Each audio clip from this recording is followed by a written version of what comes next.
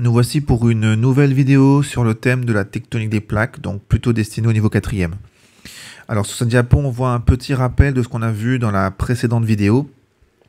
On s'était intéressé à ce qui se passait au niveau des dorsales océaniques, donc ici là j'ai une dorsale, et on s'était aperçu que lorsqu'on regardait l'âge des fonds océaniques au niveau de ces dorsales, et ben plus je m'éloignais de la dorsale, et plus le fond océanique était ancien. Et ça nous avait permis de mettre en évidence un petit modèle.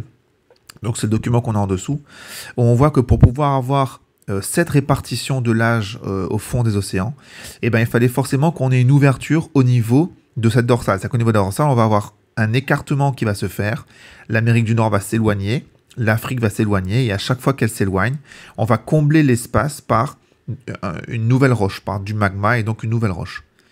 Ça nous avait donné ces deux documents, donc on a des flèches rouges qu'on n'avait pas mis la fois dernière, donc ça c'est un petit peu la correction pour ceux qui n'auraient pas trouvé dans quel sens il fallait placer les flèches.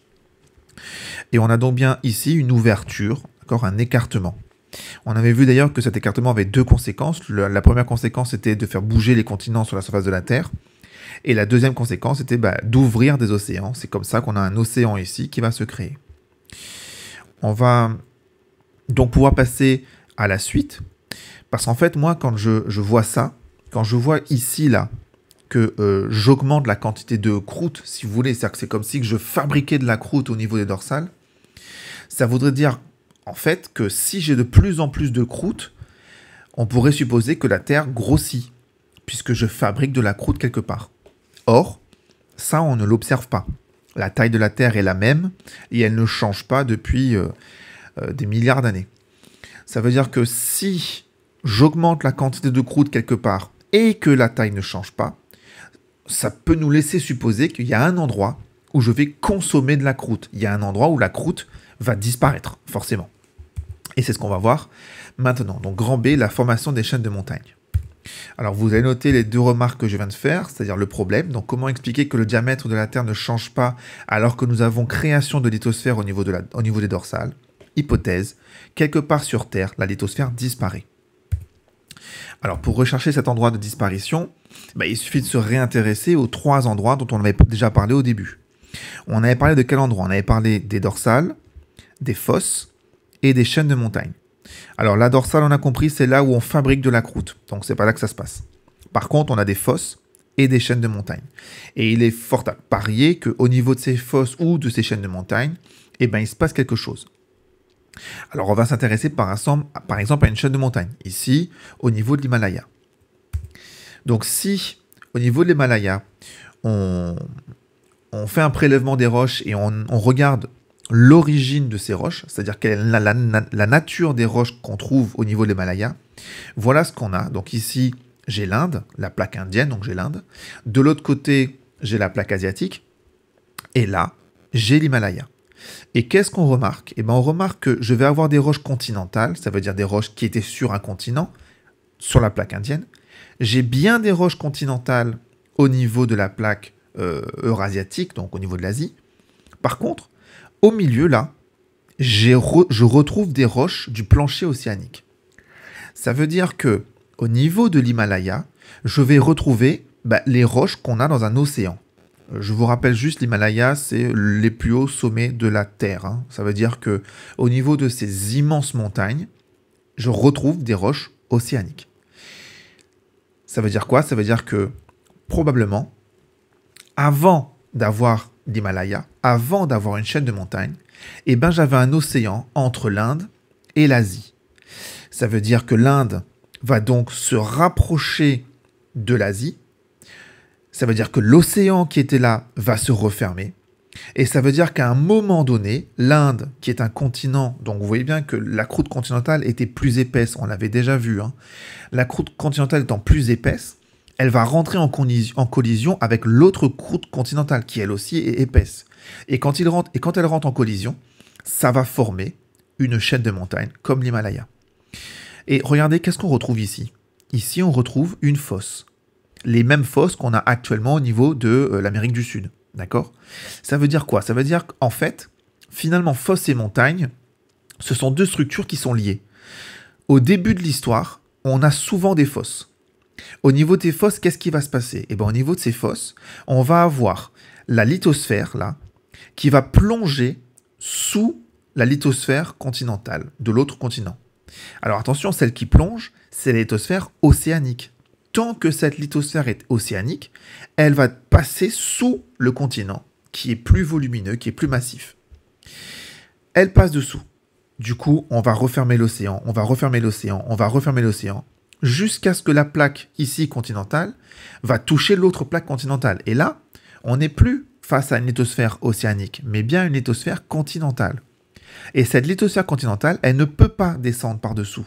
Et donc, elle va passer par-dessus. Elle va faire ce qu'on appelle un chevauchement. Elle va s'empiler, si vous voulez. Elle va comme des plis d'un drap qu'on rapproche. Et ben, tous ces plis vont se superposer pour former des chaînes de montagnes. Donc, finalement, fosses et chaînes de montagnes sont assez liées. On a d'abord des fosses, puis on aura des chaînes de montagnes. Alors, vous vous souvenez, on s'était demandé c'était quoi le moteur. Et bien, en fait, le moteur, il est là. C'est au moment des fosses. Au moment des fosses, la lithosphère océanique qui est ici est lourde. En fait, elle s'alourdit. Elle s'alourdit en vieillissant, elle s'alourdit. Et plus elle va s'alourdir, et plus elle aura tendance à plonger sous le continent.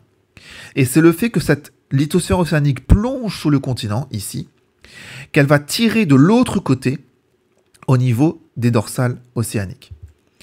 Alors attendez, je vais essayer de vous remonter le document de départ. C'était celui-là, voilà. Là, c'est mon Himalaya.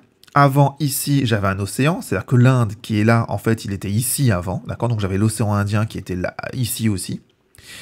La lithosphère océanique a plongé sous l'Asie. Donc, ça veut dire qu'ici, j'avais des volcans explosifs, exactement comme au niveau de la cordillère des Andes. On avait donc une fosse. La lithosphère océanique étant très lourde, elle va tirer vers elle, donc l'Inde.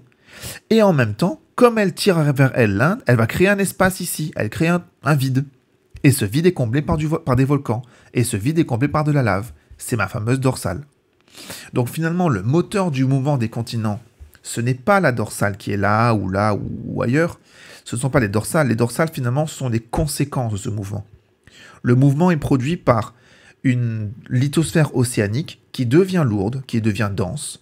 Et cette lithosphère océanique aura tendance à plonger sous le continent qui est en face d'elle.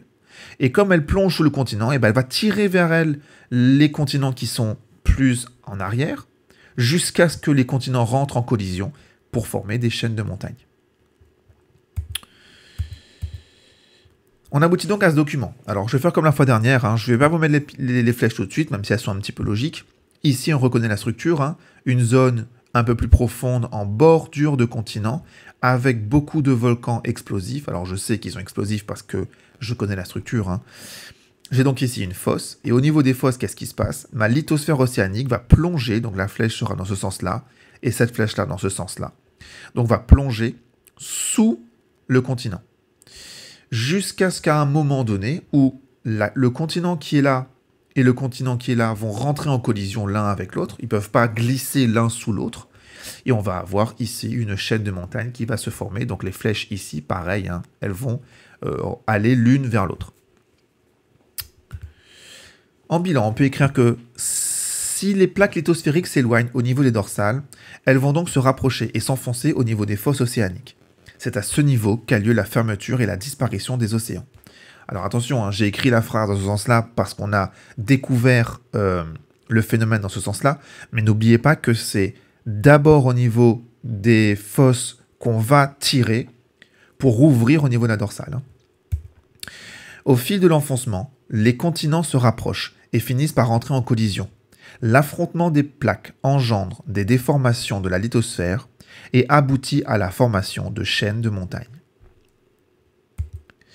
En bilan, on peut dire que les plaques sont animées de mouvements qui transforment la lithosphère. Nous avons un écartement au niveau des dorsales océaniques, c'est ce qu'on a vu dans la présente vidéo, et un rapprochement au niveau des fosses océaniques, c'est ce qu'on voit maintenant. Alors, je vais vous mettre un schéma bilan que vous pourrez imprimer à partir du PDF qui est dans le dossier de téléchargement. Ce bilan, on ne va pas le compléter tout de suite. Je vais vous laisser faire tout seul. Faites-le en papier si vous avez un peu peur. Vous allez prendre votre manuel scolaire. Alors, la page, c'est 360, je ne sais plus combien, 373, je crois. Enfin, dans les 373. Je vérifie, attendez. Oui, c'est ça. Donc c'est 370, 373, 377, ouais, bon. C'est ce chapitre-là. Vous allez feuilleter le chapitre, rechercher dans les bilans, etc. En tout cas, tout est écrit dans le cours, hein, mais bon, on ne sait jamais. Et vous allez compléter ce document, d'accord? Alors attention, ce que j'attends n'est pas forcément très clair, je vous l'accorde. Ici, ce que j'attends, c'est le nom de ce qu'il y a là. Donc c'est assez facile. Ici, c'est le nom de ce qu'il y a là. C'est hyper facile. Ici, c'est le type de mouvement qu'on va avoir. Ici, c'est le type de mouvement qu'on va avoir.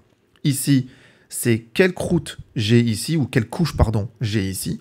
Et ici, c'est quelle couche j'ai ici, la couche mauve. Conséquence du mouvement des plaques, on l'a déjà dit dans les précédents bilans. Et là, vous mettez le titre du document. Voilà. Je vous laisse travailler comme ça pour l'instant. Vous aurez la correction dans la prochaine vidéo. Et après ça, je vous proposerai une activité, soit dans cours à la maison, je crois que ça s'appelle. Donc c'est une activité qui est numérique. Soit vous aurez un PDF directement dans un dossier de partage. Voilà. Bon travail à vous et à bientôt.